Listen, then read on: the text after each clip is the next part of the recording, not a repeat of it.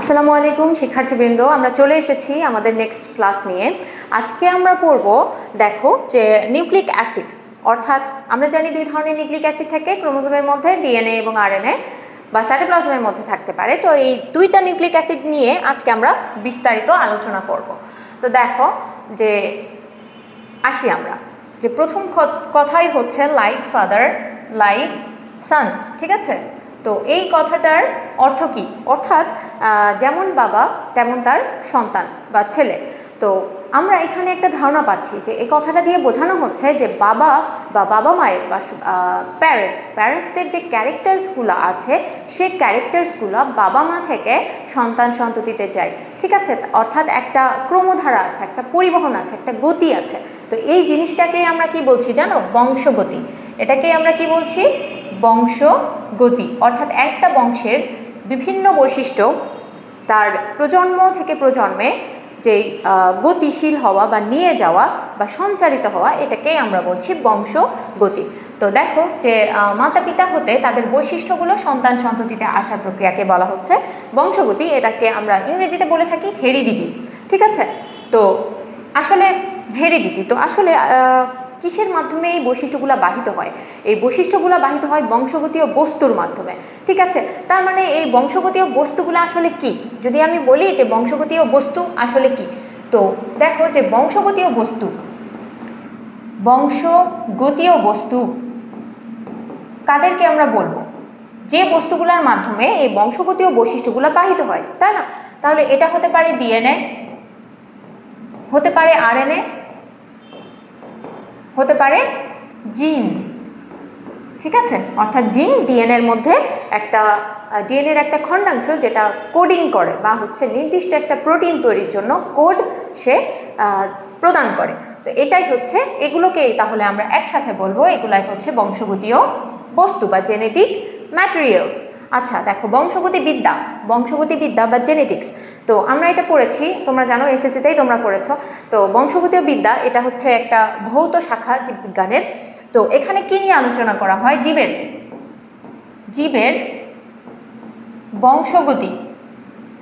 বংশগতি নিয়ে আলোচনা করা হয়, ঠিক আছে? অর্থাৎ জীববিজ্ঞানের যে শাখায় জীবের বংশগতি নিয়ে আলোচনা করা হয়, আমরা সেই শাখাকেই বলবো বংশগতিবিদ্যা বা জেনেটিক্স। অর্থাৎ এখানে কি হয় দেখো, ক্রোমোজোম, তো ক্রোমোজোমের মধ্যে যে বৈশিষ্ট্যগুলো আছে সে বৈশিষ্ট্যগুলো কি করে তারা নিয়ে যায়। আমরা জানি যে ক্রোমোজোম কিভাবে থাকে, দেখো জোড়ায় জোড়ায় থাকে, তাই না? ক্রোমোজোম কিভাবে থাকে? জোড়ায় জোড়ায় থাকে, অর্থাৎ দুইটা ক্রোমোজোম একসাথে থাকে। তো এই যে দুইটা পেয়ারের একটা আসছে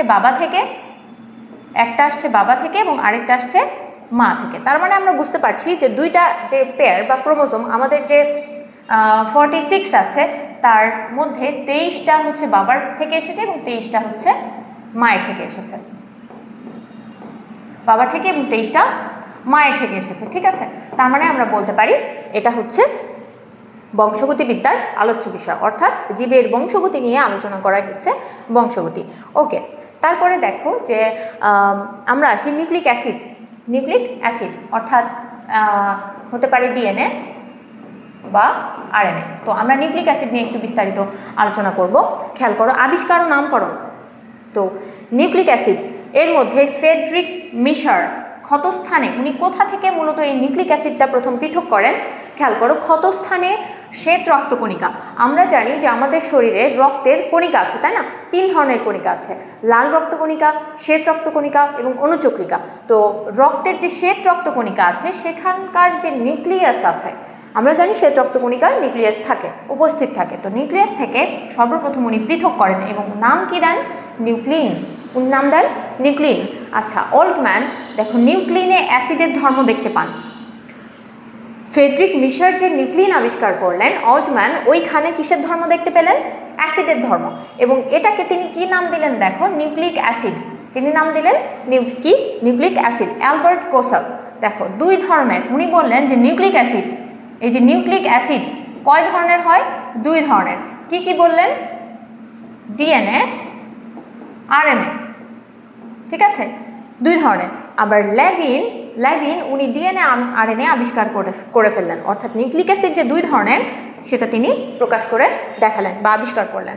ঠিক আছে, আচ্ছা খেয়াল করো যে ডিএনএ আমরা একটা ইম্পর্টেন্ট ইনফরমেশন দেখি যে ডিএনএর পার্সেন্টেজ অর্থাৎ শতকরা পরিমাণ সাইটোপ্লাজমে কেমন, নিউক্লিয়াসে কেমন এবং আরএনএর কেমন। খেয়াল করো ডিএনএ 90% নিউক্লিয়াসে অবস্থিত, অর্থাৎ 100-র মধ্যে 90 ভাগই নিউক্লিয়াসের মধ্যে অবস্থিত, নিউক্লিয়াসের ক্রোমোজোমের মধ্যে অবস্থিত। আর বাকি যে 10 ভাগ সেটা সাইটোপ্লাজমে অবস্থিত। তোমরা জানো সাইটোপ্লাজমীয় অঙ্গাণু প্লাস্টিড আর আরেকটা আছে মাইটোকন্ড্রিয়া, কন্ড্রিয়ন। তো এই যে প্লাস্টিড আর মাইটোকন্ড্রিয়ান এই দুইটার মধ্যে কিন্তু কি রয়েছে, ডিএনএ রয়েছে। এদের মধ্যে কি রয়েছে, এদের মধ্যে রয়েছে ডিএনএ। সুতরাং আমরা বলতে পারি যে হ্যাঁ সাইটোপ্লাজমে ডিএনএ রয়েছে এবং এটার অ্যামাউন্টটা কিছুটা কম, এটা হচ্ছে 10%। আরএনএ দেখো, আরএনএ সাইটোপ্লাজমেই থাকে 90%, আরএনএ থাকে সাইটোপ্লাজমেই 90%। অর্থাৎ এখানে আরএনএতে রয়েছে রাইবোজোমে আরএনএ থাকে, রাইবোজোমের উপাদান হচ্ছে আরএনএ, তাই না? তো আমরা জানি রাইবোজোম কোথায় থাকে, সাইটোপ্লাজমের মধ্যে থাকে। সুতরাং সাইটোপ্লাজমে এই আরএনএর পরিমাণটা বেশি থাকে এবং নিউক্লিয়াসে থাকে মাত্র 10 ভাগ। তো দেখো যে ডিএনএ এবং আরএনএ আমরা যদি একটু দেখতে চাই, ধারণা নিতে চাই যে কোনটা কেমন আসলে। ডিএনএ হচ্ছে, খেয়াল করো যে দ্বিসূত্রক এবং আরএনএ কি একটাই সূত্রক, সিঙ্গেল হেলিক্স, একটা হেলিক্স থাকে। অর্থাৎ ডিএনএ দ্বিসূত্রক এবং আরএনএ হচ্ছে সিঙ্গেল হেলিক্স, এক সূত্রক। আর এছাড়াও আরেকটা পার্থক্য আছে, ডিঅক্সিরাইবোনিউক্লিক অ্যাসিড, অর্থাৎ এখানে একটা অক্সিজেন নাই, ডি মানে নাই, এটাকে বাদ দেওয়া হয়েছে বা সরিয়ে রাখা হয়েছে। তাহলে ডিঅক্সিরাইবোনিউক্লিক অ্যাসিড এখানে একটা অক্সিজেন অনুপস্থিত, আর রাইবোনিউক্লিক অ্যাসিড এখানে সবগুলা উপাদানই উপস্থিত রয়েছে, এখানে অক্সিজেন উপস্থিত রয়েছে। তো আমরা এই গঠনটা পরে দেখব, স্ট্রাকচারটা। তো দেখো নিউক্লিক অ্যাসিড আসলে কি এটা দেখো, খেয়াল করো, এটা হচ্ছে নাইট্রোজেন বেস, পেন্টোজ সুগার ও ফসফরিক অ্যাসিডের সমন্বয়ে গঠিত। অর্থাৎ নিউক্লিক অ্যাসিডে 3 ধরনের প্রধান উপাদান থাকে। তো 3 ধরনের প্রধান উপাদান কি কি খেয়াল করো। প্রথমটা হচ্ছে 1 নম্বর হচ্ছে নাইট্রোজেন বেস থাকে, অর্থাৎ এখানে নাইট্রোজেন ঘটিত ক্ষারক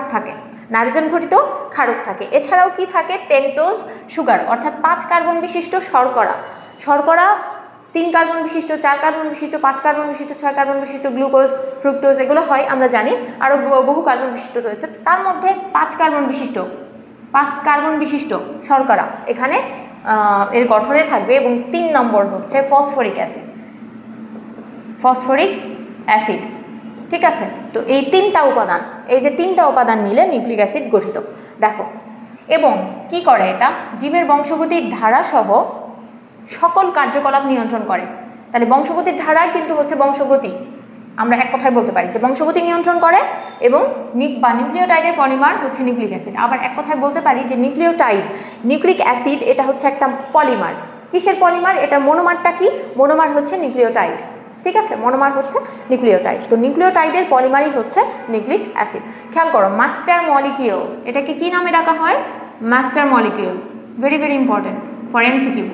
মাস্টার মলিকিউল কে মাস্টার মলিকিউল, কাকে মাস্টার মলিকিউল হিসেবে দেখা হয়? তোমরা কি বলবা? Nucleic acid. ঠিক আছে, ওকে। তারপরে দেখো মূল উপাদান, ওই যে আমরা দেখলাম 1 2 3, তার মানে এখানে কি থাকবে? মূল উপাদান থাকবে 3টা। দেখো নিউক্লিয়াস, খেয়াল করো, নিউক্লিয়াস এনজাইম। তো এই এনজাইম এবং মৃদু ক্ষার হতে পারে, যে কোনো একটা উপাদান দিয়ে যদি আমরা নিউক্লিক অ্যাসিডকে হাইড্রোলাইসিস করি, অর্থাৎ পানির দ্বারা পানি দিয়ে বিভাজন করি, তাহলে কি হবে? কি পাবো আমরা? দেখো পেন্টোজ সুগার পাবো, নাইট্রোজেন ঘটিত ক্ষারক পাবো এবং ফসফরিক অ্যাসিড পাবো। অর্থাৎ এই পেন্টোজ সুগার, নাইট্রোজেন বেস এবং যে ফসফরিক অ্যাসিড এগুলো সবই হচ্ছে কি 3টা হচ্ছে নিউক্লিক অ্যাসিডের মূল 3টা গাঠনিক উপাদান। তো আমরা একটু দেখি যে এইগুলো 3টা নিয়ে আলোচনা করি। খেয়াল করো, পেন্টোজ সুগার, প্রথম 1 নম্বর হচ্ছে কি পেন্টোজ সুগার, অর্থাৎ 5 কার্বন বিশিষ্ট শর্করা। তো নাম দেখে বুঝতে পারছি এটা 5 কার্বন বিশিষ্ট চিনি। তো 2 ধরনের হয়ে থাকে। কয় ধরনের? 2 ধরনের। খেয়াল করো, আমরা একটু দেখব। একটা হচ্ছে রাইবোজ এবং আরেকটি হচ্ছে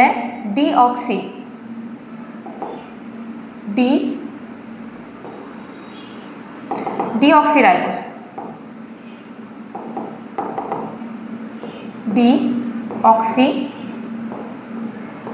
রাইবোজ রাইবোজ এবং ডিঅক্সি রাইবোজ। তো এই দুটার গঠন নিয়ে আমরা একটু আলোচনা করব, ঠিক আছে? খেয়াল করো। তো রাইবোজ আর ডিঅক্সি রাইবোজ এটা আসলে একটা রিং স্ট্রাকচার। তো আমরা যদি দেখি যে স্ট্রাকচারটা কেমন, যেহেতু 5 কার্বন বিশিষ্ট শর্করা, কয়টা কার্বন থাকে? 5টা কার্বন থাকবে, 1 2 3 4 এবং এখানে একটা 5টা কার্বন থাকবে। ওকে, দেখো 5 কার্বনের মধ্যে এখানে থাকবে হাইড্রক্সিল মূলক, এখানে থাকবে হাইড্রোজেন, এখানে থাকবে হাইড্রোজেন হাইড্রক্সিল,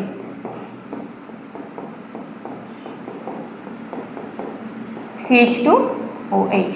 তো এটা হচ্ছে একটা রাইবোজ শর্করা। এটা কি একটা রাইবোজ সুগার, ঠিক আছে? Ribose sugar. তো খেয়াল করো, যেহেতু এই হাইড্রক্সিল মূলকটা যেহেতু এই উপরে আছে, তাই আমি এটাকে নাম দিচ্ছি বিটা। আর ডি কেন নাম দিচ্ছি? যেটা আলোকে ডান দিকে ঘুরাই, এক সমতলীয় আলোকে ডান দিকে ঘুরাই, এজন্য আমরা এটাকে ডি নাম দিচ্ছি। তার মানে এটার নাম হচ্ছে বিটা ডি রাইবোজ। এটার নাম কি? Beta D ribose sugar. Okay, তারপর এখন যদি আমরা তাহলে ডিঅক্সি রাইবোজ নিয়ে একটু আলোচনা করি, তাহলে ডিঅক্সি রাইবোজ কোনটা? দেখো সেম জিনিস হবে, শুধু একটা অক্সিজেন কম থাকবে, তাই না? আমি তো সেটাই বললাম, ডিঅক্সি মানে অক্সিজেন ছাড়া। এখন এখানে কয়টা কার্বন থাকবে? 5টা কার্বন দিয়ে দাও, 5টা কার্বন।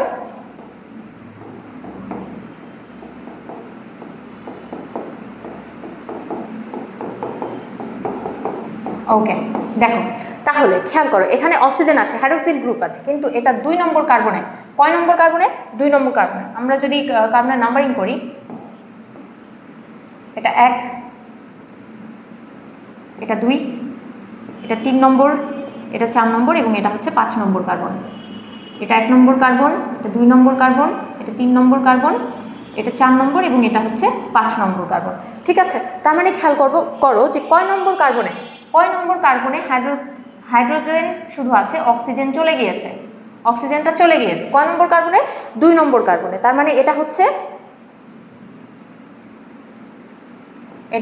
বিটা ডিঅক্সি রাইবোজ, বা আমরা বলতে পারি 2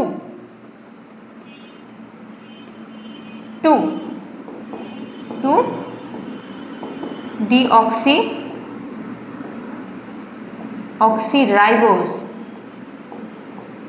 রাইবোজ, অর্থাৎ এখানে একটা অক্সিজেন নাই, একটা অক্সিজেন চলে গিয়েছে, ঠিক আছে? তার মানে খেয়াল করো, এটা হচ্ছে এই উপাদানটা, এটা হচ্ছে আরএনএ এর উপাদান, রাইবোনিউক্লিক অ্যাসিড, অর্থাৎ এখানে রাইবোজ সুগার আছে, এবং এটা হচ্ছে ডিএনএ এর উপাদান। তার মানে এখানে খেয়াল করো কি আছে? ডিঅক্সি রাইবোনিউক্লিক অ্যাসিড, অর্থাৎ এখানে আমরা পাবো ডিঅক্সি রাইবোজ, ঠিক আছে? তো কয় নম্বর কার্বনের থেকে হাইড্রোজেন চলে যাবে? 2 নম্বর কার্বন থেকে হাইড্রোজেন চলে যাবে। এটা হচ্ছে এক্সামেও আসে, ঠিক আছে? এক্সামেও এটা আসে। ওকে, তারপরে দেখো যে এটা কি তৈরি করে? ফসফরিক অ্যাসিডের সাথে অ্যাস্টার গঠন করে। ফসফরিক অ্যাসিডের সাথে কি গঠন করবে? অ্যাস্টার গঠন করবে। কিভাবে? দেখো, আমরা যদি একটু অ্যাস্টার গঠনটা দেখাই, অ্যাস্টার গঠন, তাহলে খেয়াল করো,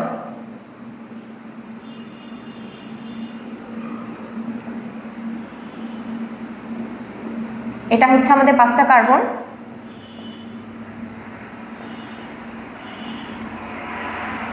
তো অ্যাস্টার আসলে কোথায় গঠন করবে? এই যে এইখানে।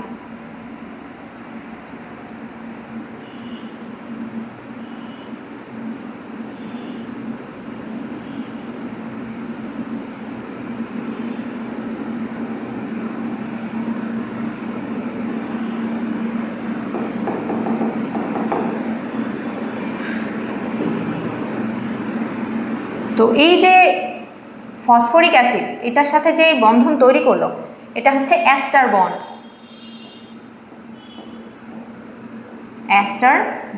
ঠিক আছে? এটা হচ্ছে অ্যাস্টার বন্ড। তো আমরা দেখতে পাচ্ছি এটা ফসফরিক অ্যাসিডের সাথে অ্যাস্টার গঠন করে। ওকে, এখন আসো যে নাইট্রোজেন ক্ষারক, এটা হচ্ছে 2 নম্বর। 2 নম্বর উপাদান নাইট্রোজেন ঘটিত ক্ষারক। নাইট্রোজেন ঘটিত ক্ষারক যদি আমরা দেখি এর কি কি মৌল দিয়ে আসলে নাইট্রোজেন ঘটিত ক্ষারকটা গঠিত, দেখো নাইট্রোজেন থাকবে, কার্বন থাকবে, হাইড্রোজেন থাকবে এবং অক্সিজেন থাকবে। এই 4টা মৌল দিয়ে নাইট্রোজেন ঘটিত ক্ষারকগুলা গঠিত। ঠিক আছে, দেখো এরাও আবার 2 ধরনের। নাইট্রোজেন ঘটিত ক্ষারকও 2 প্রকার। ঠিক আছে, পিউরিন এবং পাইরিমিডিন। কি কি? 1 নম্বর হচ্ছে পিউরিন, 1 নম্বর হচ্ছে পিউরিন, 2 নম্বর হচ্ছে পাইরিমিডিন, 2 নম্বর পাইরিমিডিন। তো পিউরিনের সাধারণ সংকেত, আণবিক সংকেত আমরা বলি, দেখো যে C5H4N4, আর পাইরিমিডিনের আণবিক সংকেত C4H4N2। তো আমরা একটা কথা মনে রাখবো, নাম যার বড়, গঠন তার ছোট। ঠিক আছে, তার মানে এই যে পিউরিন, পাইরিমিডিন,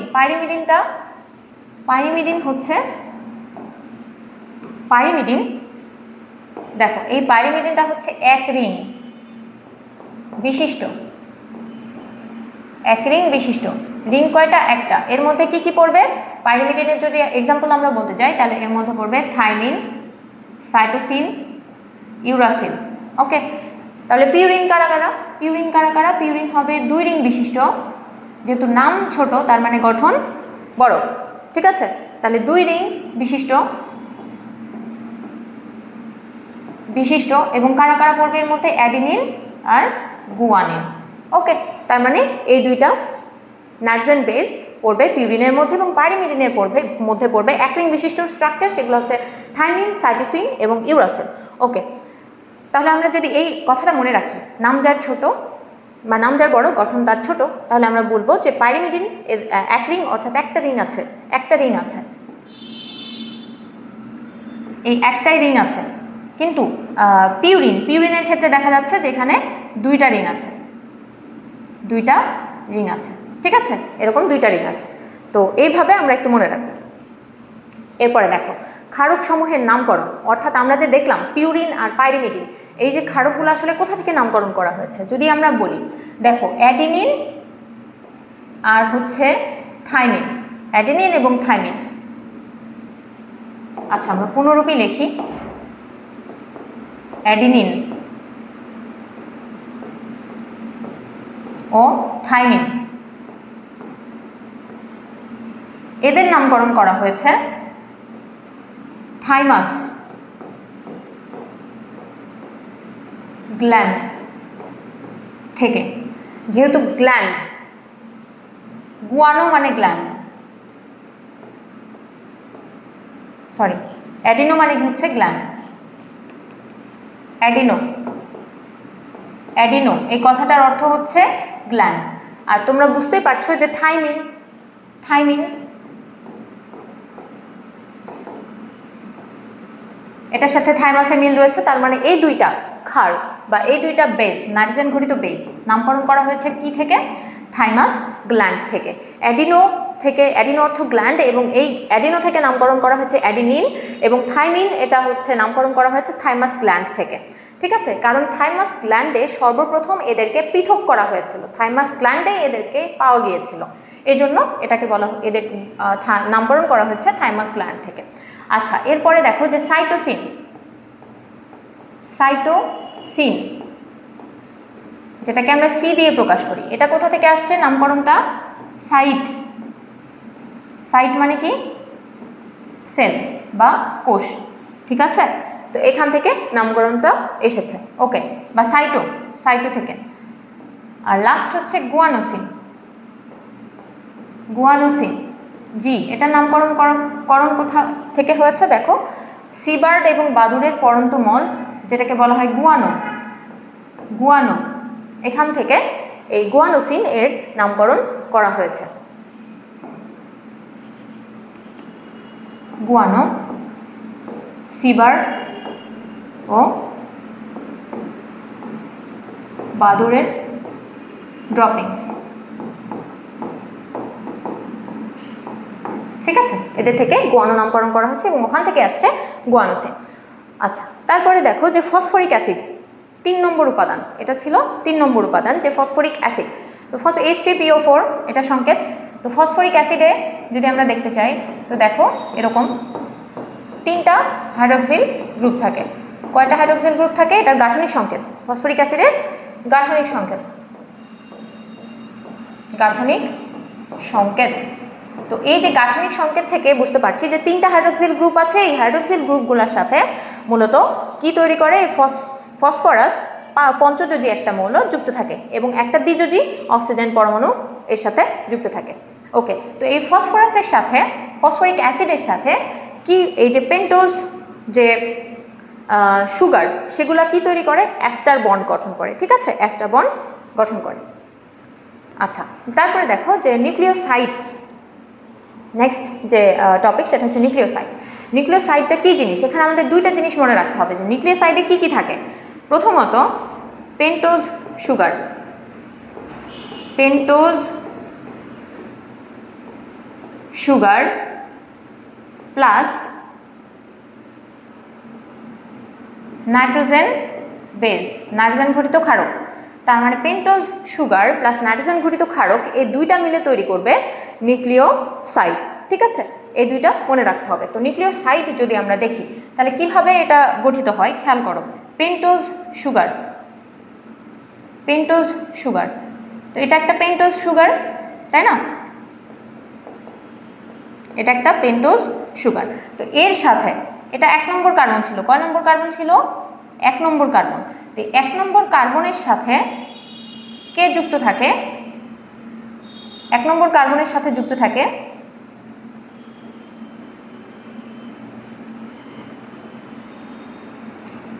একটা, হতে পারে মনে করো এটা সাইটোসিন যুক্ত থাকে, একটা ক্ষার যুক্ত থাকে। তো তখন আমরা এটাকে কি বলবো, কি নামে ডাকবো? এখানে কার্বন, এখানে কার্বন, এখানে কার্বন, তখন আমরা এটাকে কি নামে ডাকবো? সাইটিডিন। ঠিক আছে, আচ্ছা। তারপরে দেখো যে যদি এখানে অ্যাডিনোসিন যুক্ত থাকে, এটা তো ছিল পাইরিমিডিন, যদি পিউরিন যুক্ত থাকে,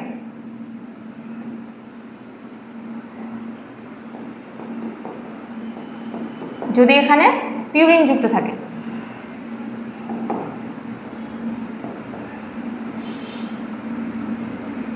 তো পিউরিনের স্ট্রাকচারটা এরকম। ঠিক আছে, অর্থাৎ 2 রিং বিশিষ্ট। কয় রিং বিশিষ্ট?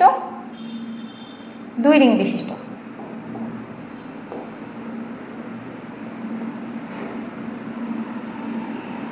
ওকে, তাহলে এটা হচ্ছে অ্যাডিনিন। এটা কি? অ্যাডিনিন। এটা নাইট্রোজেন বেসটা হচ্ছে অ্যাডিনিন এবং এটা হচ্ছে মনে করো যে একটা রাইবোজ সুগার, রাইবোজ সুগার। তাহলে এটার আমরা নাম দিব কি? অ্যাডিনোসিন। আমরা নাম দিব অ্যাডিনোসিন, অ্যাডিনোসিন। ঠিক আছে, আর এটার নাম দিব সাইটিডিন, সাইটিডিন। ওকে, তো খেয়াল করো এখানে একটা বিষয় আছে।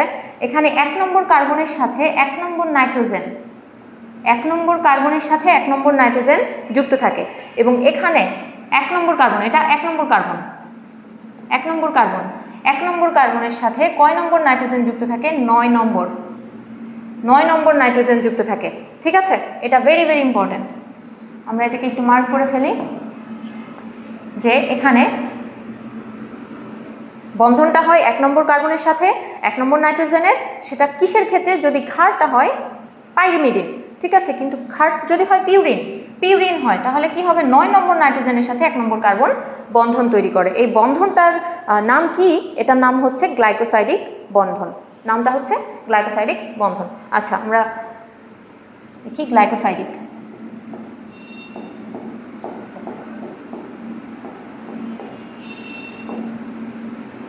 সাইডিক বন্ধন। ঠিক আছে, ওটা গ্লাইকোসাইডিক বন্ধন এবং এটা হচ্ছে একটা গ্লাইকোসাইডিক বন্ধন। ওকে, তাহলে এটা হচ্ছে নিউক্লিওসাইডের গঠন। তো দেখো বিভিন্ন প্রকার নিউক্লিওসাইড যদি আমরা দেখতে চাই তো পেন্টোজ সুগার 2 ধরনের হয়, তোমরা জানো। রাইবোজ হতে পারে, ডিঅক্সিরাইবোজ হতে পারে। তো আর এখানে রয়েছে 5টা নাইট্রোজেন বেস, 5 ধরনের নাইট্রোজেন বেস। তো তোমরা জানো রাইবোজে কি কি থাকবে? রাইবোজে থাকবে অ্যাডিনিন, গুয়ানিন, সাইটোসিন এবং ইউরাসিল। আর এখানে কি কি থাকবে? অ্যাডিনিন থাকবে, গুয়ানিন থাকবে, সাইটোসিন থাকবে এবং থাইমিন থাকবে, কোনো ইউরাসিল থাকবে না। ওকে, তার মানে এটা হবে অ্যাডিনোসিন। ওই যে আমরা দেখলাম অ্যাডিনোসিন গঠন করেছে, অ্যাডিনিনের সাথে যুক্ত হয়ে অ্যাডিনোসিন, গুয়ানিনের সাথে যুক্ত হলে গুয়ানোসিন, ইউরাসিলের সাথে যুক্ত হলে ইউরিডিন এবং সাইটোসিনের সাথে যুক্ত হলে সাইটোসিন। এটা হবে সাইটোসিন, সাইটোসিনের সাথে যুক্ত হলে সাইটিডিন। ওকে, আচ্ছা, এরপর ডিঅক্সিরাইবোজ যদি হয় তাহলে অ্যাডিনের সাথে যুক্ত হলে ডিঅক্সি অ্যাডিনোসিন। কিছুই না, শুধু আমরা নামের শুরুতে কি লাগাবো? ডিঅক্সি। ঠিক আছে, যেহেতু এটা ডিঅক্সিরাইবোজ তাই আমরা ডিঅক্সি প্রথমে লাগাবো। গুয়ানিনের সাথে যুক্ত হলে ডিঅক্সি গুয়ানোসিন এবং ইউরাসিল নাই, ডিএনএতে তোমরা জানো ইউরাসিল থাকবে না, ক্রস।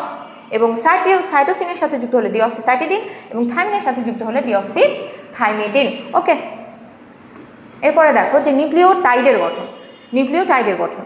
তো নিউক্লিওটাইড যদি আমরা দেখি, আমরা একটু আগে নিউক্লিওসাইড দেখলাম তাই না? নিউক্লিওসাইড, তাহলে নিউক্লিওটাইড যদি দেখি একটু খেয়াল করো, 5 কার্বন বিশিষ্ট শর্করা, 5টা কার্বন বিশিষ্ট শর্করা। এটা মনে করো যে ডিঅক্সিরাইবোজ। এখানে যদি আমরা একটা অ্যাডিনিন বসায় দিই, এদের মধ্যে মনে করো বন্ড, এখানে একটা বন্ড আছে 1 নম্বর কার্বনের সাথে 9 নম্বর নাইট্রোজেন। ঠিক আছে, বন্ড আছে, গ্লাইকোসাইডিক বন্ড। তো এটা হচ্ছে অ্যাডিনিন, এটা কি? অ্যাডিনিন। এবং এই শর্করাটা হচ্ছে ডিঅক্সিরাইবোজ। ওকে, একটু খেয়াল করো, তাহলে এটা হচ্ছে নিউক্লিওসাইড তাই না? তো আমরা যদি একটা কাজ করি, এখানে যদি একটা ফসফেট যুক্ত করে দিই, অ্যাস্টার বন্ধন দিয়ে, তাহলে কি কি থাকলো এখানে খেয়াল করো। এখানে থাকলো নাইট্রোজেন বেজ, এখানে থাকলো 5 কার্বন বিশিষ্ট শর্করা বা পেন্টোজ সুগার, এখানে থাকলো একটা ফসফেট গ্রুপ বা ফসফরিক অ্যাসিড যুক্ত হলো, তাহলে 5 নম্বর কার্বনের সাথে। তাহলে আমরা এই যে 3টা সহকারে যে একটা স্ট্রাকচার তৈরি করলাম, এটাকে বলবো নিউক্লিওটাইড। অর্থাৎ নিউক্লিওটাইডে কি থাকবে? নাইট্রোজেন বেস থাকবে পেন্টোজ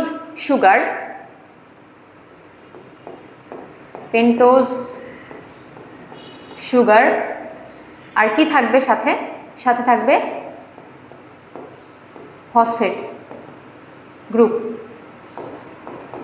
ওকে, তাহলে এই যে 3টা সহকারে যে একটা গঠন তৈরি হবে সেটাকে আমরা বলবো নিউক্লিওটাইড। অর্থাৎ আমরা এটাকে বলতে পারি একটা নিউক্লিওটাইড এবং নাম দিতে পারি কি? ডিঅক্সি অ্যাডিনোসিন নিউক্লিওটাইড, তাই না? Deoxy adenosine nucleotide. যেহেতু একটা ফসফেট আছে, আমরা কি নাম দিতে পারি? Adenosine monophosphate, deoxy adenosine. যেহেতু ডিঅক্সি, একটা সামনে ডি লাগাই দিলাম, তাহলে এটার নাম হয়ে যাবে কি? Deoxy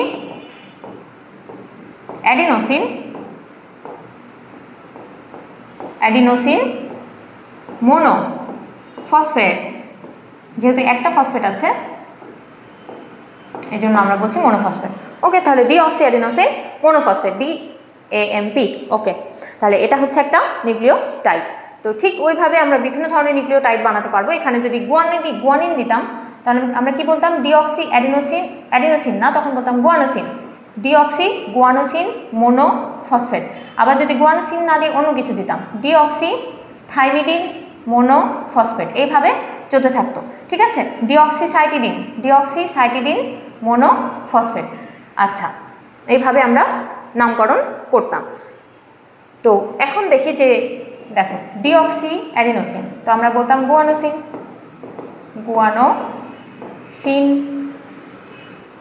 মোনোফসফেট, deoxy thymidine deoxy thymidine মোনোফসফেট। তারপরে বলতাম ডিঅক্সি সাইটিডিন মোনোফসফেট। তো এগুলোর আবার আরেকটা নাম আছে, এএমপিকে বলা হয় অ্যাডেনিলিক অ্যাসিড, গুয়ানিলিক অ্যাসিড, থাইমিডিলিক অ্যাসিড, সাইটিডিলিক অ্যাসিড, ঠিক আছে, এরকম নামে ডাকা হয়। ওকে, এখন আমরা আসি যে বিভিন্ন প্রকার নিউক্লিওটাইড, এই যে আমরা দেখলাম বিভিন্ন বেস দিয়ে আমাদের যে 4টা নাইট্রোজেন বেস আছে ডিএনএর জন্য, ডিঅক্সিরাইবোজের জন্য, তো সেক্ষেত্রে হচ্ছে এই 4 ধরনের আমরা পেতে পারি। যদি আরএনএ হতো, আরএনএর জন্য যদি হতো তাহলে আমরা লিখতে পারতাম ডিঅক্সি বাদ দিয়ে লিখতে পারতাম এএমপি অ্যাডিনোসিন মোনোফসফেট, লিখতাম গুয়ানোসিন মোনোফসফেট, তারপর লিখতাম যে সাইটিডিন মোনোফসফেট, ইউরিডিন মোনোফসফেট, যেহেতু এখানে থাইমিন নাই ইউরিন আছে, ইউরিডিন আছে, তাহলে ইউরিডিন মোনোফসফেট। আবার মোনো না হয়ে যদি আমরা ফসফেট একাধিক যুক্ত করতাম, ঠিক আছে, একাধিক যুক্ত করলে তখন কি হতো, অ্যাডিনোসিন ডাইফসফেট, ডাই মানে 2, অ্যাডিনোসিন 2টা হলে আমরা হচ্ছে ওইভাবে নামকরণ করতাম যে ডাই, আর 3টা হলে নামকরণ করতাম ট্রাই, ঠিক আছে। তো এই যে সুগার রাইবোজ যদি হয় তাহলে আমরা এই নামকরণগুলো পাবো, সাথে সাথে আমরা পাবো 2টা ফসফেট হলে ওই যে adenosine diphosphate, adenosine guanosine diphosphate, এইভাবে চলতো। আর যদি ট্রাই হতো, 3টা হতো, তাহলে আমরা লিখতাম অ্যাডিনোসিন ট্রাইফসফেট, ঠিক আছে, এইভাবে লিখতাম। আচ্ছা, আর সুগার যদি ডিঅক্সিরাইবোজ হয় তাহলে আমরা নামকরণটা এইভাবে করতাম। ওকে, তো আমরা এভাবে নিউক্লিওটাইডের নামকরণটা করে থাকি, এবং নিউক্লিওটাইডের নামকরণ খুবই সহজ, শুধু ডিঅক্সির জন্য আমরা সামনে একটা ডি বসাবো, স্মল ডি, এবং রাইবোজের জন্য আমরা কোনো ডি বসাবো না, এখানে একটা সিম্পলি এএমপি। শুধুমাত্র যদি ফসফেটের সংখ্যার পরিবর্তন হয়, আমরা এখানে ফসফেটের যদি সংখ্যার পরিবর্তন হয় একইভাবে লিখতে পারবো। যদি ডাই হয় তাহলে 2টা লিখলাম অ্যাডিনোসিন ডাইফসফেট, 3টা হলে ডিঅক্সি অ্যাডিনোসিন ট্রাইফসফেট, এভাবে আমরা লিখতে থাকবো। আচ্ছা দেখো, ডাইনিউক্লিওটাইড বা যেটা হচ্ছে 2টা নিউক্লিওটাইডের সমন্বয়ে গঠিত হয়, এবং এটাকে দেখো কোন বন্ধন থাকে, এখানে ফসফোডাইএস্টার বন্ধন থাকে। তো ডাইনিউক্লিওটাইড, মনে করো এখানে একটা নিউক্লিওটাইড, আমরা যদি একটা নিউক্লিওটাইড এখানে দেখি,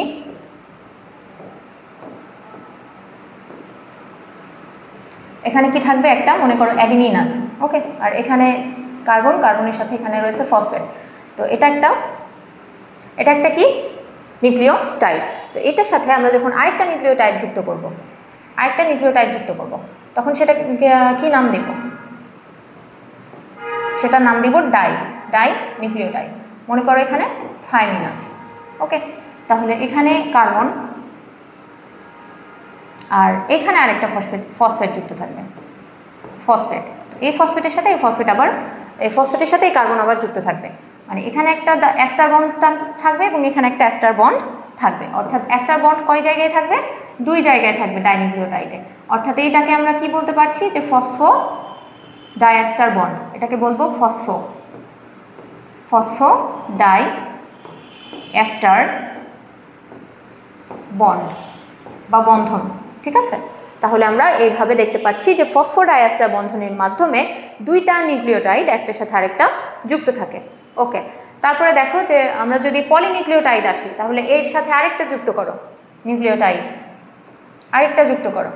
তো আরেকটা যুক্ত করলে আমরা বানায় ফেলতে পারবো পলিনিউক্লিওটাইড। মনে করো এখানে গুয়ানিন আছে, আচ্ছা, তাহলে এখানে 3 নম্বর কার্বনের সাথে এখানে যে 5 নম্বর কার্বন, আরেকটা ফসফেট যুক্ত থাকবে এদের সাথে, এখানেও থাকবে একটা অ্যাস্টার বন্ড, 2টা অ্যাস্টার বন্ড, অর্থাৎ ফসফোডাইএস্টার বন্ড। তার মানে এটা হয়ে যাবে 3টা, যেহেতু 2 এর বেশি, তখন এটা হয়ে যাবে পলিনিউক্লিওটাইড। ওকে, এইভাবে পলিনিউক্লিওটাইডগুলো গঠিত হয়। তো ডিএনএ অণুর প্রতিটা একক হেলিক্স এক একটা পলিনিউক্লিওটাইডের চেন, এক একটা কিসের চেন, পলিনিউক্লিওটাইড চেইন। অর্থাৎ আমরা জানি যে ডিএনএ ডাবল হেলিক্স, তাই না, ডিএনএ স্ট্রাকচারটা কেমন, ডাবল হেলিক্স। অর্থাৎ এখানে কি রয়েছে, 2টা হেলিক্স রয়েছে, 2টা সূত্রক রয়েছে। তো খেয়াল করো এদের মধ্যে যে এটা একটা সূত্রক এবং এটা একটা সূত্রক। তো প্রত্যেকটা সূত্রক এক একটা হচ্ছে পলিনিউক্লিওটাইডের চেইন, অর্থাৎ এখানে একটা এখানে নিউক্লিওটাইড এইভাবে অনেকগুলো নিউক্লিওটাইড একটার পর একটা যুক্ত হয়েছে, তখন আমরা এটাকে বলছি পলিনিউক্লিওটাইড। ওকে, তাহলে এখানে ক্ষারগুলা যুক্ত থাকে এবং এটা হচ্ছে একটা ডিএনএ স্ট্রাকচার। দেখো জীবনের আণবিক ভিত্তি, এখন আমরা আসি deoxyribonucleic acid, DNA, deoxyribonucleic acid বা ডিএনএ। এটাকে কি বলা হয়? জীবনের আণবিক ভিত্তি। আগে আমরা পড়ে আসছি। তাহলে ডিএনএকে কি বলা হয়? জীবনের আণবিক ভিত্তি। ওকে, দেখো যে এটা কি স্বপ্রজননশীল, পরিব্যক্তিক্ষম, যাবতীয় জৈবিক কাজের নিয়ন্ত্রক এবং বংশগতির ধারক ও বাহক। ধারক ও বাহক অর্থাৎ এটা কি করে? বংশগতিকে এক প্রজন্ম থেকে আরেক প্রজন্মে নিয়ে যায় বা বৈশিষ্ট্যগুলো নিয়ে যায়, বা হচ্ছে স্বপ্রজননশীল অর্থাৎ ডিএনএ থেকে, একটা ডিএনএ থেকে আর নতুন ডিএনএ তৈরি হতে পারে, অর্থাৎ স্বপ্রজননশীল। ঠিক আছে, আচ্ছা, তো এগুলো আমরা পরে জানবো ডিএনএ রেপ্লিকেশনের মাধ্যমে। ক্রোমোজোমের মূল উপাদান, তো দেখেছি আমরা ক্রোমোজোমের মধ্যে ডিএনএ থাকে, আমরা এটা আগে পড়ে আসলাম। তো ক্রোমোজোমের মূল উপাদানই হচ্ছে ডিএনএ। এখন দেখো প্রাপ্তবয়স্ক মানুষের দেহে প্রায় 100 গ্রাম ডিএনএ থাকে। এটা আমাদের একটু মনে রাখতে হবে যে মানুষের দেহে প্রতিটা কোষের ক্ষেত্রেও একটা রেশিও আছে যে পিকোগ্রাম, প্রতিটা কোষে পিকোগ্রাম পরিমাণে থাকে। পিকোগ্রাম সমান কি তোমরা জানো যে 1 পিকোগ্রাম সমান -12, তাই না? -12। তো ওই রকম পরিমাণ একটা কোষে থাকে। তো মানব দেহে অনেক কোষ রয়েছে, তাই না? ট্রিলিয়ন। তো ট্রিলিয়ন যেহেতু কোষ থাকে, প্রত্যেকটা যদি আমরা গড় করি তাহলে দেখা যায় যে প্রায় 100 গ্রাম পরিমাণ ডিএনএ থাকে প্রাপ্তবয়স্ক মানুষের দেহে। ওকে, তারপরে দেখো যে ভৌত গঠন, ডিএনএর ভৌত গঠনটা কেমন? এখানে যে চারটা কথা একটু মনে রাখতে হবে, খেয়াল করো। রবার্ট ফিউজেন, উনি ফিউজেন স্টেইনিং অর্থাৎ ডিএনএ যে রং ধারণ করতে পারে এটাকে স্টেইনিং করা হয়েছিল। কে করেছিলেন? Robert fusion. যেহেতু উনি করেছিলেন তাই এই পদ্ধতিতে কি নামে ডাকা হয়? উনার নামে ডাকা হয়। ডিএনএ স্টেইনিং করেছিলেন। ঠিক আছে, রঞ্জন। ওকে, তারপরে দেখো যে চার্জাস রুল, এই রুলটা কি? উনি চার্জাফ কি বলেছিলেন? যে ডিএনএতে সমপরিমাণে এ থাকে, তার সমপরিমাণ টি থাকে, এই দুইটা সমান, এবং জি যত পরিমাণ থাকে তার সমপরিমাণ কি থাকে? সাইটোসিন থাকে, সমান। অর্থাৎ এই দুইটার পরিমাণ ডিএনএতে সমান। অ্যাডিনিনের সমপরিমাণ থাইমিন থাকে এবং গুয়ানিনের সমপরিমাণ সাইটোসিন থাকে। ওকে, তো তিনি এই যে রেশিওটা দিয়েছিলেন। ওকে, তো উনার এই রুলটাকে বলা হয় চার্জাস, উনার নাম অনুসারে চার্জাস রুল নামে এটাকে ডাকা হয়। দেখো Maurice Wilkins and Rosalind Franklin, উনারা কি করেছিলেন? এক্সরে ক্রিস্টালোগ্রাফি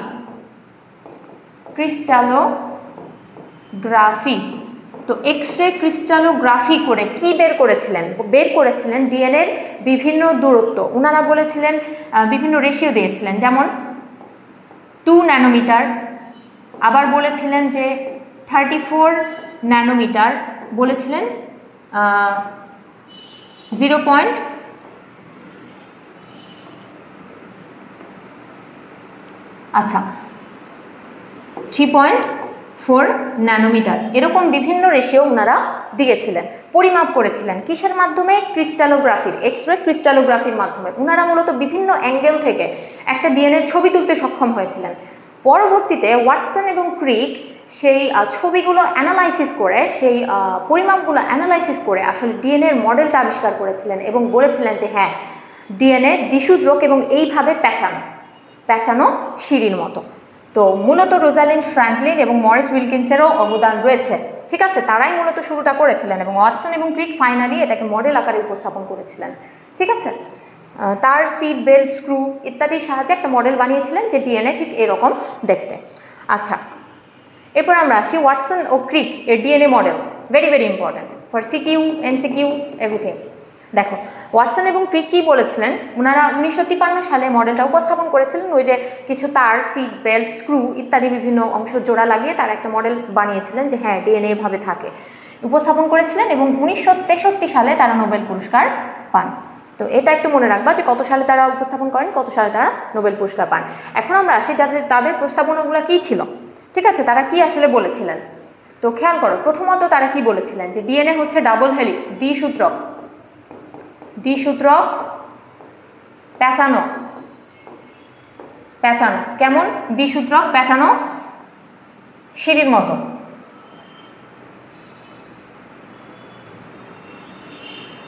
ঠিক আছে, অর্থাৎ ডিএনএতে 2টা সূত্র রয়েছে এবং এটা হচ্ছে প্যাঁচানো সিঁড়ির মতো অবস্থান করে।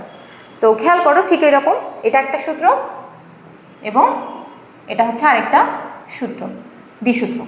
ওকে, এরপরে দেখো যে ওনারা বলেছিলেন যে এই যে দ্বিসূত্রকে কি কি থাকে, এই যে অ্যাডেনিনের সাথে থাইমিন যুক্ত থাকে 2টা হাইড্রোজেন বন্ড দ্বারা, আর গুয়ানিনের সাথে সাইটোসিন যুক্ত থাকে 3টা হাইড্রোজেন বন্ড দ্বারা। ঠিক আছে, হাইড্রোজেন বন্ধন দ্বারা এগুলো যুক্ত থাকে এবং এদের পরিমাণটা সমান। কোন রুল অনুসারে? চার্জার্স রুল অনুসারে। আমরা একটু আগে জেনে আসলাম যে সমপরিমাণ এর সমপরিমাণ টি থাকে এবং জি এর সমপরিমাণে সি থাকে। ঠিক আছে, আচ্ছা তারপরে দেখো যে ওনারা আর কি বলেছিলেন। ওনারা বলেছিলেন যে ওই যে দেখো যে নিউক্লিওসাইড কার্বন সুগার প্লাস হচ্ছে এখানে হচ্ছে সাইটোসিন বা ক্ষার, এই দুইটা মিলে নিউক্লিওসাইড, যখন 3টা ফসফেট যখন যুক্ত হয়ে যাবে তখন সেটা হচ্ছে নিউক্লিওটাইড। ওকে, আচ্ছা তার পাশাপাশি ওনারা কি বলেছিলেন? ওনারা বলেছিলেন যে এটা হচ্ছে এই যে সূত্রকে কি থাকে? সূত্রকে থাকে সুগার প্লাস কি থাকে বলো? সুগার প্লাস ফসফেট থাকে। সূত্রকে সুগার প্লাস ফসফেট থাকে এবং এই যে সিঁড়ির মতো ধাপ সূত্রক আর সিঁড়ির মতো ধাপ, এই ধাপে থাকে নাইট্রোজেন বেস। কি থাকে? নাইট্রোজেন বেসগুলো থাকে। হতে পারে অ্যাডেনিন, যদি এখানে অ্যাডেনিন থাকে তাহলে অ্যাডেনিনের সাথে থাইমিন থাকবে, যদি সাইটোসিন থাকে সাইটোসিনের সাথে গুয়ানিন থাকবে। ঠিক আছে, এরকমভাবে একটার সাথে আরেকটা যুক্ত থাকে। তারপরে বলেছিলেন কি যে এই যে প্রত্যেকটা ধাপের দূরত্ব বা হচ্ছে এদের অবস্থান কত হতে পারে, বলা হচ্ছে যে 3.4 ন্যানোমিটার। অর্থাৎ প্রত্যেকটা একটা প্যাচে, আমরা যদি একটা প্যাচ কল্পনা করি তাহলে এই যে এখান থেকে শুরু করে এই যে এতটুকু একটা প্যাচে পুরোটার দৈর্ঘ্য হচ্ছে 34 ন্যানোমিটার। তার মানে প্রত্যেকটাতে কয়টা থাকে? 10টা ধাপ, 10টি ধাপ। তাহলে 10 দিয়ে ভাগ দাও, কত হবে? 3.4 ন্যানোমিটার প্রত্যেকটা ধাপের দূরত্ব। অর্থাৎ একটা নাইট্রোজেন বেস থেকে আরেকটা দূরত্বটা হচ্ছে কত? 3.4। ওকে সরি, এটা ন্যানোমিটার না, এটা হবে অ্যাংস্ট্রম। 3.4 অ্যাংস্ট্রম। ঠিক আছে, আচ্ছা তারপরে দেখো যে এই এবং প্রত্যেকটা একটা প্যাচের দৈর্ঘ্য সেটা কত হবে? 34 অ্যাংস্ট্রম। ঠিক আছে, 34 অ্যাংস্ট্রম।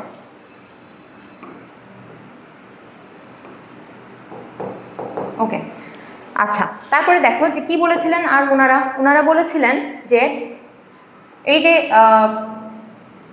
যুক্ত, আচ্ছা এরপরে ওনারা বলেছিলেন একটা হচ্ছে 5 প্রাইম প্রান্ত, একটা হচ্ছে 3 প্রাইম প্রান্ত। তো 5 প্রাইম প্রান্ত যদি একটা হয় তাহলে আরেকটা প্রান্ত কত হবে? 3 প্রাইম হবে। তো এটা কেন? খেয়াল করো যে এই যে এখানে 3 কত নম্বর কার্বন? 3 নম্বর কার্বনের সাথে যুক্ত হয়েছে কে? ফসফেট। ঠিক আছে, 3 নম্বর কার্বনের সাথে, আবার এখানে 3 নম্বর কার্বনের সাথে এই যে ফসফেট যুক্ত হয়েছে। ঠিক আছে, তার মানে এই এটা আসছে তিনমুখী 3, তার মানে এটা হচ্ছে 3-5 প্রান্ত।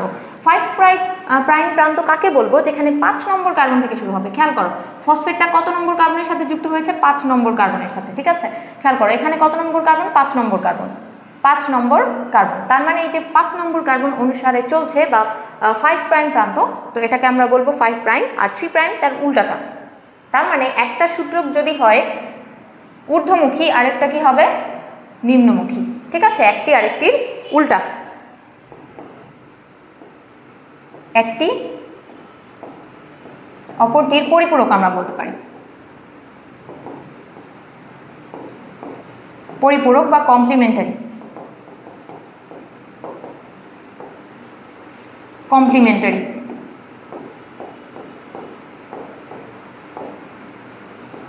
ওকে, তাহলে এই কথাগুলো আসলে ওয়াটসন আর ক্রিক ওনারা বলেছিলেন। তো এই মোটামুটি হচ্ছে তাদের মডেল অনুসারে তাদের এবং এই যে দূরত্ব, দুইটা সূত্রকের মধ্যে দূরত্ব, এই দূরত্বটা কত? 2 ন্যানোমিটার। দুইটা সূত্রের মধ্যে দূরত্ব হচ্ছে 2 ন্যানোমিটার বা 20 অ্যাংস্ট্রম আমরা বলতে পারি। ওকে, তারপরে দেখো ডিঅক্সিরাইবোনিউক্লিক অ্যাসিড, এই যে ডিএনএ, এটার কাজ কি? দেখো এটা ক্রোমোজোমের উপাদান, বংশগতির আণবিক ভিত্তি, বৈশিষ্ট্য ধারণ, বংশগতি বৈশিষ্ট্য প্রকাশ, জৈবিক কার্যক্রম এবং মিউটেশন ঘটাতে পারে। অর্থাৎ ডিএনএতে পরিবর্তনগুলো ঘটতে পারে। অর্থাৎ আমরা জানি যে ক্যারেক্টারে পরিবর্তন আসে, তাই না? আমরা জানি প্রত্যেকটা জীব একে অপরের থেকে আলাদা। তো এই যে আলাদা, এই যে পার্থক্য, এটা কিসের জন্য হয়? মিউটেশনের জন্য হয়। মিউটেশন কোথায় হয়? মিওসিসের সময় ক্রসিং ওভারের ফলে হয়ে থাকে। ঠিক আছে, মিওসিসের সময়, মিওসিস কোষ বিভাজনে ক্রসিং ওভার। ক্রসিং ওভার এর মাধ্যমে আসলে এটা ঘটে থাকে। আচ্ছা, তারপরে দেখো ribonucleic acid RNA, ribonucleic acid আমরা অবস্থান কোথায় পাবো বলো তো? রাইবোনিউক্লিক অ্যাসিড বেশিরভাগ আমরা কোথায় পাবো? সাইটোপ্লাজমে। বেশিরভাগ কোথায় পাবো? সাইটোপ্লাজমে, সাইটোপ্লাজমে। এছাড়াও আমরা কোথায় দেখতে পাই? নিউক্লিয়াসে দেখতে পাই, তবে সেটা অল্প। ভৌত গঠন, ভৌত গঠন কি? এটা হচ্ছে এক সূত্রক। আমরা যদি বলি তাহলে আরএনএ হচ্ছে এরকম এক সূত্রক, এক সূত্রক, এতে বিভিন্ন কোড থাকে এবং এটা এক সূত্রক, একটা হতে পারে 3 প্রাইম, এটা 5 প্রাইম, ঠিক আছে এরকম। ওকে, 3 প্রাইম থেকে 5 প্রাইম ফসফোডাইএস্টার বন্ধন থাকে এখানে, ফসফোডাইএস্টার বন্ধনের মাধ্যমে যুক্ত, তোমরা জানো, এবং সূত্রক একটা। মাঝে মাঝে কুণ্ডলিত বা ইউ আকৃতির, যেটাকে বলা হয় হেয়ারপিন লুপ। তাহলে যদি বলে হেয়ারপিন লুপ বা এটা আমরা কোথায় দেখতে পাই? তো আমরা আসলে আরএনএতে দেখতে পাই, রাইবোনিউক্লিক অ্যাসিডে আমরা এই লুপটা দেখতে পারবো। কারণ কি? মাঝে মাঝে এটা কুণ্ডলিত হয়ে যায় বা ইউ আকৃতির হয়ে যায়, তখন এটাকে বলা হচ্ছে হেয়ারপিন লুপ। রাসায়নিক গঠন যদি আসি, তো রাসায়নিক গঠন খেয়াল করো এখানেও কি কি থাকবে? ওই সেমভাবে থাকবে, নাইট্রোজেন বেস থাকবে, প্রথমে থাকবে রাইবোজ সুগার, রাইবোজ সুগার, কি থাকবে 2 নম্বর থাকবে নাইট্রোজেন বেস। বেসের মধ্যে আমি যদি বলি কি কি থাকবে? অ্যাডিনিন থাকবে, গুয়ানিন থাকবে, সাইটোসিন থাকবে এবং ইউরাসিল থাকবে, থাইমিন থাকবে না। আর থাকবে ফসফেট, ফসফরিক অ্যাসিড, ফসফেট বলতে পারি, phosphate group, GROUP group, phosphate group. Okay, আচ্ছা, তো এই উপাদানগুলো নিয়ে আসলে আরএনএ গঠিত। ওকে, আচ্ছা, এরপরে আসো যে শ্রেণীবিভাগ একটু ইম্পর্টেন্ট। আরএনএ বা রাইবোনিউক্লিক অ্যাসিডের শ্রেণীবিভাগ খেয়াল করো, এখানে 5টা ভাগে ভাগ করা হয়েছে। ট্রান্সফার আরএনএ বা টিআরএনএ, ট্রান্সফার বা টিআরএনএ। খেয়াল করো এটাকে কি বলা হয়? Clover leaf model. Clover leaf কেমন জানো? এই যে এরকম ক্লোভার লিফ মডেল, এই যে এটা হচ্ছে ক্লোভার লিফ। খেয়াল করো ওই রকমই কিছুটা স্ট্রাকচার, তো ওরকমের ওই স্ট্রাকচারের সাথে মিল পেয়েছেন বলে এটার নাম ক্লোভার লিফ নামে ডাকা হয়। ক্লোভার লিফ মডেল এর মাধ্যমে এটা করা হয়। তাহলে ক্লোভার লিফ মডেলের সাথে আমরা মিল পাই কোন টিআরএনএ? সেটা হচ্ছে ট্রান্সফার আরএনএ বা টিআরএনএ। ওকে, 4টা ফাঁস থাকে এবং 5টা বাহু থাকে। খেয়াল করো 5টা বাহু আছে, তাই না? 5টা বাহু আছে। আর কয়টা ফাঁস থাকে? যে 1 2 3 4, 4টা ফাঁস থাকবে, বাহু হচ্ছে 5টা। 20টি প্রোটিন এবং 20টি টিআরএনএ অ্যাক্টিভেটিং এনজাইম। খেয়াল করো আমাদের শরীরে প্রোটিনের সংখ্যা কয়টা? আমরা জানি 20টা। আমাদের প্রোটিন কয়টা? 20টি। এবং তার সাথে মিল রেখে প্রত্যেকটা প্রোটিনের জন্য 20টা টিআরএনএ অ্যাক্টিভেটিং এনজাইম রয়েছে। অর্থাৎ প্রত্যেকটা প্রোটিনের জন্য আলাদা আলাদা অ্যাক্টিভেটিং এনজাইম রয়েছে। কিসের activating enzyme? TRNA activating enzyme. এবং টিআরএনএ কিন্তু এই এনজাইমের দ্বারা সক্রিয় হয়। প্রত্যেকটা টিআরএনএ আলাদাভাবে অবস্থান করে এবং প্রতি প্রোটিনের জন্য আলাদা আলাদা টিআরএনএ রয়েছে। দেখো এরপরে আমরা আসি যে এটা যদি একটু স্ট্রাকচারটা দেখতে যাই, খেয়াল করো এখানে অ্যান্টিকোডন আছে। কোডনের বিপরীত অ্যান্টিকোডন। খেয়াল রাখবো যে অ্যান্টিকোডন আমরা কোথায় দেখতে পাই? আরএনএতে দেখতে পাই। এবং এখানে এটা এসিসি, অলওয়েজ এসিসি। খেয়াল করো এই যে এসিসি এই ক্রমে শুরু হবে অলওয়েজ। আচ্ছা, এছাড়াও আচ্ছা এই ক্লোভার লিফ মডেল, ওকে, এতটুকু জানলেই হবে। এরপরে খেয়াল করো যে বার্তাবাহক আরএনএ বা এমআরএনএ, মেসেঞ্জার আরএনএ, মেসেঞ্জার, ঠিক আছে?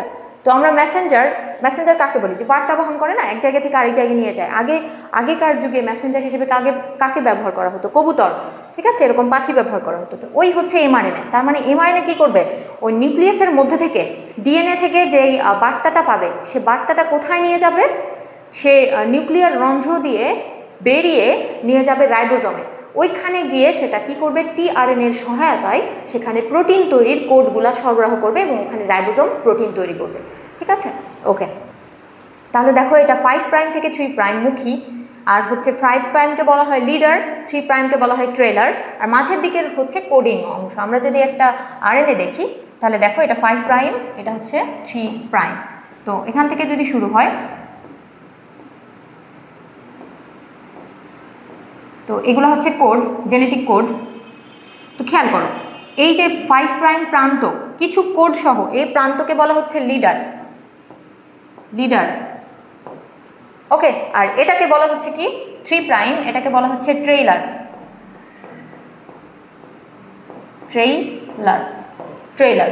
লিডার এবং ট্রেলার। ওকে, তাহলে এই লিডার এবং ট্রেলার হচ্ছে নন কোডিং। এগুলো কি নন কোডিং, লিডার এবং ট্রেলার নন কোডিং, নন কোডিং, এখানে কোনো কোড থাকে না। কিন্তু মাঝের যে অংশ, এই যে এই অংশটা, মাঝের যে অংশ, এটাকে বলা হয় কোডিং, কোডিং অঞ্চল। অর্থাৎ এখান থেকেই মূলত কোডগুলা প্রকাশ পায়, এটাই হচ্ছে আসল অংশ। তাহলে মাঝের থাকে কোডিং অংশ। ওকে, তাহলে মনে রাখবা যে 5 প্রাইম লিডার আর 3 প্রাইম ট্রেলার, এই দুইটা হচ্ছে নন কোডিং, এখান থেকে কোনো কোড আসে না, আসে কোনটা, মাঝের যে অংশ সেটাই হচ্ছে কোডিং অঞ্চল এবং এটাই হচ্ছে মূল অংশ। আচ্ছা, রাইবোজোম, রাইবোজোম, রাইবোজোমাল আরএনএ, খেয়াল করো, আরএনএ, এটাই আরএনএর মধ্যে সবচেয়ে বেশি, আরএনএর মধ্যে সবচেয়ে বেশি পরিমাণে থাকে রাইবোজোমাল আরএনএ। কতটুকু? 80 থেকে প্রায় 90%, অর্থাৎ 100%-এর মধ্যে 80 বা 80 থেকে 90%ই থাকে আরএনএ, তো বাকিগুলো খুবই কম পরিমাণে থাকে। দেখো আরএনএ, রাইবোজোমাল আরএনএ, এটা হচ্ছে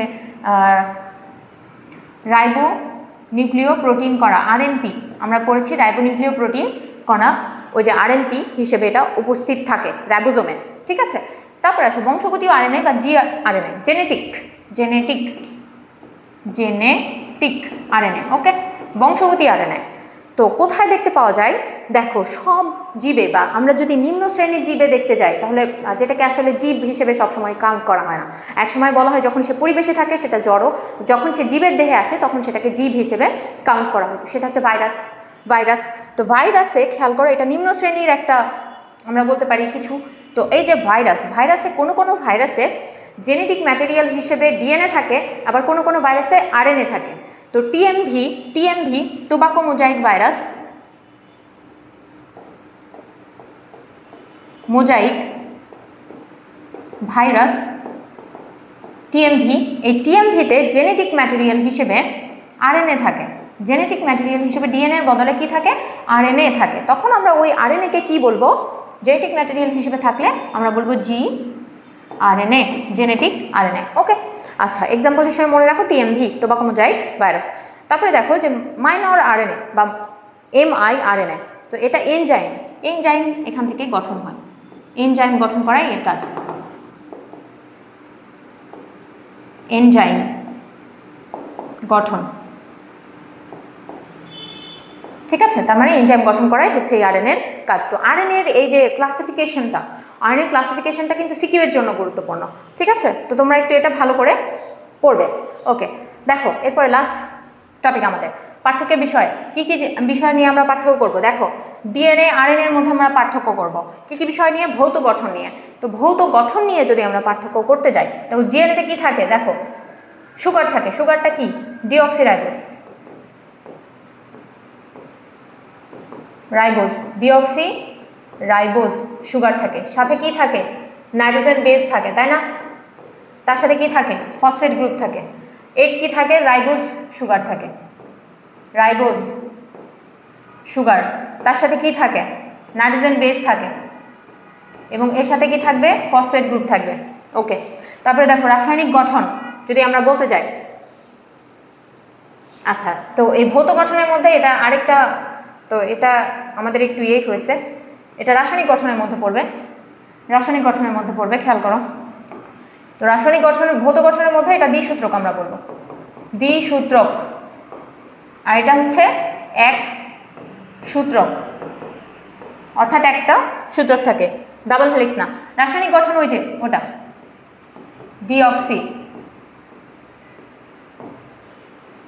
রাইবোজ, থাকবে নাইট্রোজেন বেস, থাকবে ফসফেট গ্রুপ, আর আরএনএতে থাকবে রাইবোজ, রাইবোজ এর সাথে থাকবে নাইট্রোজেন বেস এবং তার সাথে থাকবে ফসফেট গ্রুপ।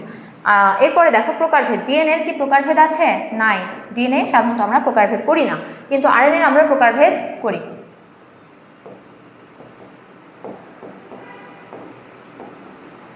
আরএনএর আমরা প্রকারভেদ করি, ঠিক আছে? ওই যে 5 ভাগে আমরা ভাগ করলাম। উৎপত্তি, কোথা থেকে উৎপত্তি হয়েছে? ডিএনএ থেকে, ডিএনএ থেকে ডিএনএ উৎপত্তি হয়েছে। কিসের মাধ্যমে? প্রক্রিয়াটাকে কি বলছি আমরা? Replication, replication, replication. ওকে, আর আরএনএ থেকে, আরএনএর উৎপত্তি কোথা থেকে হয়েছে? আয়নের উৎপত্তি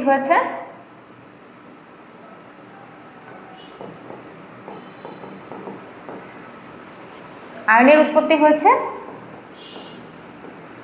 সাইটোপ্লাজমে। প্লাজমে আরএনএ থেকে নয়, বিভিন্ন উপাদানের সহায়তায়। দেখো অবস্থান কোথায় থাকে ডিএনএ, আমরা বলবো 90% বা বেশিরভাগ ক্ষেত্রে অবস্থান কোথায়,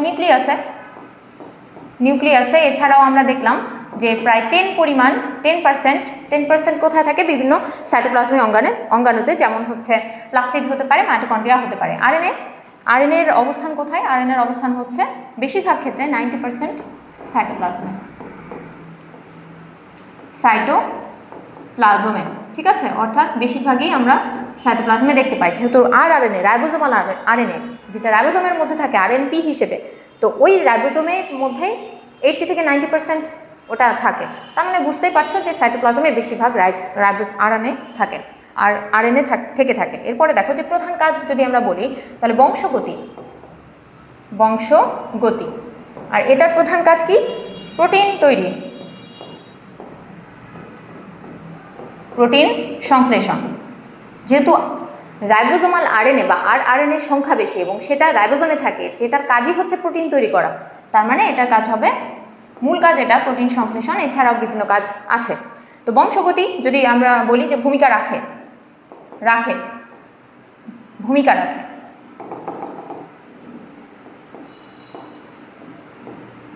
ভূমিকা আছে, এটাতে কোনো ভূমিকা নাই, বা আমরা বলতে পারি কম। শুধুমাত্র কার ক্ষেত্রে, আরএনএ ভাইরাসের ক্ষেত্রে, এটা বংশগতিতে ভূমিকা রাখে, এছাড়া নাই।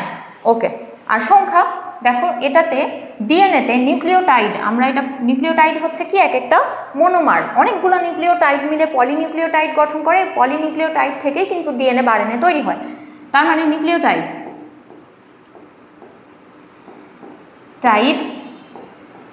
টাইডের সংখ্যা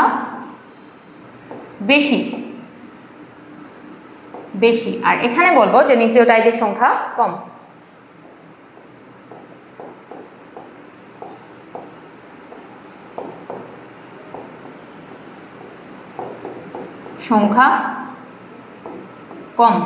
ওকে, তাহলে এই যে টপিকগুলো, এগুলো পড়লে বা এই বৈশিষ্ট্যগুলো পড়লে, পার্থক্য বৈশিষ্ট্যগুলো পড়লে আমরা ডিএনএ এবং আরএনএ এর মধ্যে পার্থক্য করতে পারবো। দেখো খেয়াল করো, এটা কিন্তু একটা কমন প্রশ্ন বা খুব সহজ একটা প্রশ্ন। তোমরা জাস্ট বৈশিষ্ট্যগুলো মনে রাখবে এবং এইটা সাথে মিল রেখে কি কি আসলে আমাদের লিখতে হবে সেটা কিন্তু আমরা জানি, তাই না? তাহলে এই যে বৈশিষ্ট্যগুলো মনে রেখে আমরা সহজে পার্থক্যটা করে ফেলতে পারবো।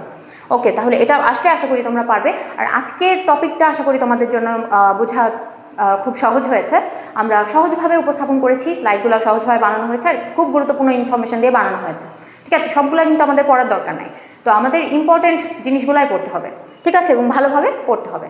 তো তোমরা সবাই ভালো থাকবে, তোমাদের সবাইকে ধন্যবাদ আমাদের সাথে থাকার জন্য। দেখা হবে নেক্সট ক্লাসে, সবাইকে ধন্যবাদ, আসসালামু আলাইকুম।